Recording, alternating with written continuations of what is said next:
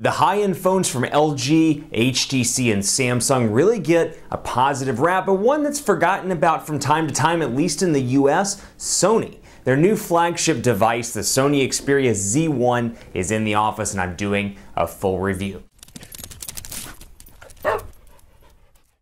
HTC, Samsung, and LG, at least in the Android field, get quite a rap, a positive rap for the most part, in the US market because they're the dominant Android providers, at least in the US space. But Sony has some incredible Android smartphones, and that trend continues with the Sony Experia Z1, the newest iteration, and Sony's Z line and the newest high-end flagship from the OEM. This thing is packed to the gills with specifications. Everything looks great on this phone. 2 GB of RAM, 16 GB of internal storage with a micro SD card slot. You've got Android 4.2 Jelly Bean over here. You've got a 2.2 GHz quad-core Snapdragon 800 CPU. You've got a 5-inch 1080p HD display with 441 pixels and 1080 by 1920 pixels. Or I should say 441 pixels per inch. 1080 by 1920 pixels. There we go. I knew something sounded wrong about that, but you can see it does have a little bit of bezel to it, and that was a point that people made in the unboxing video, but for the most part, this is an incredibly high-end smartphone with 8.5 millimeters of thinness, thin goodness on this device. Very thin device despite being water resistant, dust resistant,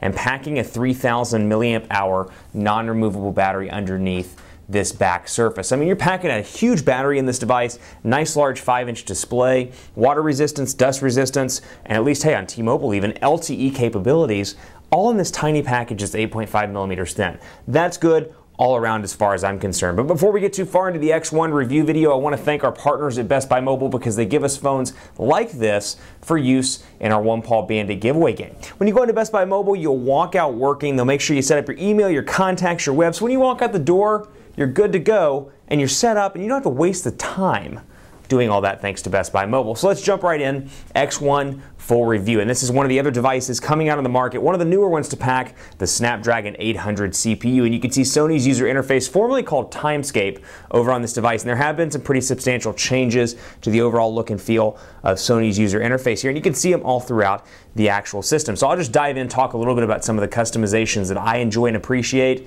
and we'll pick up in part 2 talking more about that. We'll do some speed tests, some camera settings tests, and more because this thing's packing a 20.7 megapixel camera with 1080p HD recording, and it's worth taking a look at. But before we go into software, I want to show you the hardware of the device itself. It very much resembles the Xperia Z over here. You've got your power button, your volume rocker on the right side, camera shortcut button down here at the bottom. Over here, your micro SIM card slot with a flap protecting it, and then over here you've got your micro SD card slot, your micro USB charging port, an area for a dock, and I should have pointed out back here just a second ago, a lanyard hole as well. Down here at the bottom, speakers, and then up top, 3.5 millimeter headphone jack.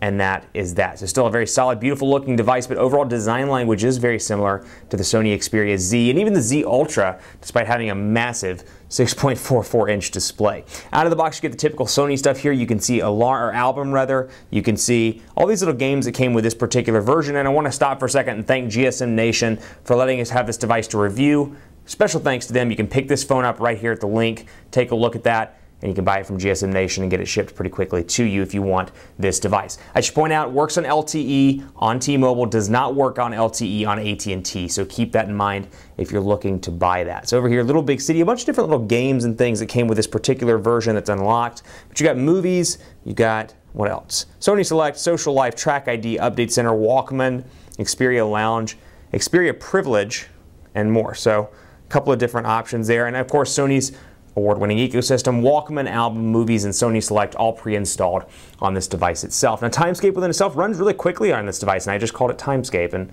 it's not called Timescape anymore, but old habits die hard. Is that right? I think that's right.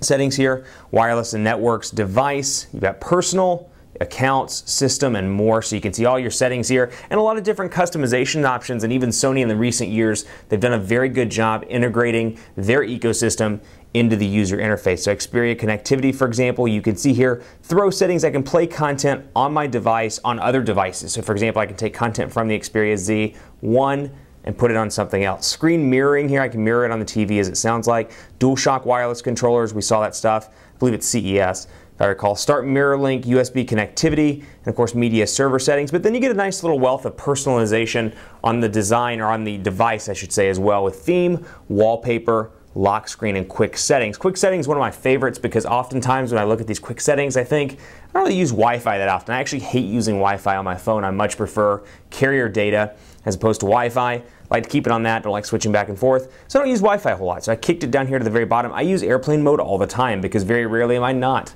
in an airplane traveling somewhere for work. So I kicked that one on and I can move it up and down. So I can move it into the first slot. For example, when I go back, you'll see that airplane is moved over to this side of the quick toggles now in the notifications bar area. You can do wallpaper lock screen stuff as well. I can change my wallpapers here and we can select, just for example, let's do this one. Set that wallpaper. I can select my home wallpaper. I can change my theme as well, which gives me the color options, different color theme options, and that's a nice little feature that I've appreciated on this unit. Green happens to be my favorite color, so I have it selected as earth, but you can come down here and go through and select, heat, silk, sunny, Experia, air, and more. You'll notice on-screen buttons here as well, back, home, and recent applications, and this is another really cool thing that I like on the Experia devices, the more recent Experia devices. You've got quick applications here that I can launch. If, for example, I can come in here and do a notepad, drag it down, I can remove it from the favorites if I want to, or I can just click it and it'll start right up on my desktop. So these are multitasking based applications. I can move this around the screen as much as I want to, and it isn't quite as organized as, let's say, the Galaxy S4, the Galaxy Note 3, Galaxy Note 2, etc., because I like the way that those individually take up the whole screen, and you can either move the wall up and down depending on how much you want to allocate to that particular app. So for example, on the Note 2 or the Note 3, if you have Notepad and browser open, you could say, well, I don't really need more than 2 lines of the Notepad. I really want most of it to be browser. It's not as organized here. It's kind of harder to line these up, for example, up top and get them just as you want them to be, and then come down here and select another quick app, for example, like browser, and try to line them up, perfectly where they're like perfectly not on top of each other. You can see they kind of do sit on top of each other, but still a great multitasking option here, and it does compete with other units on the market. So I've got the browser here as well. I'll go ahead and type in phonedog.com and take a look at T-Mobile's LTE, which historically doesn't do very well in my office, but you can see PhoneDog loading up right here, and I can move that back and forth, move it around as I see fit, get rid of Notepad if I want to, and use this while I'm running in the background, run through the applications as you see here. So still multitasking on this device, not necessarily the same though as we've seen on the Galaxy devices and some of the other units, some of LG's options as well. So phonedog.com loaded here, and speaking of, let's take a look at the Sony Experia keyboard here. It has been modified and changed. Overall, I find it to be pretty easy to type on. I do have some challenges from time to time. For example, we'll actually jump into messaging here and take a look. But portrait to landscape is fast. Everything's zippy on this device. You got little to no lag. And I could say, Brown Fox is happy that it is Monday. Brown Fox is happy that it is Monday. This thing vibrates quite a bit, so you may want to turn the vibration off if you type on a regular basis and that bugs you. It sounds like a motorbike almost starting up. But other than that, pretty pleased with autocorrect and things of that nature, and you've got a nice numeric keypad and commonly used symbols over on this side. Stay tuned for part 2. We'll talk more about network connectivity, camera, and we'll do some quadrant standard and speed tests as well to see how this thing performs in addition to other features and other settings highlighted in part 2. Stay tuned for part 2 of the Xperia Z1 video review.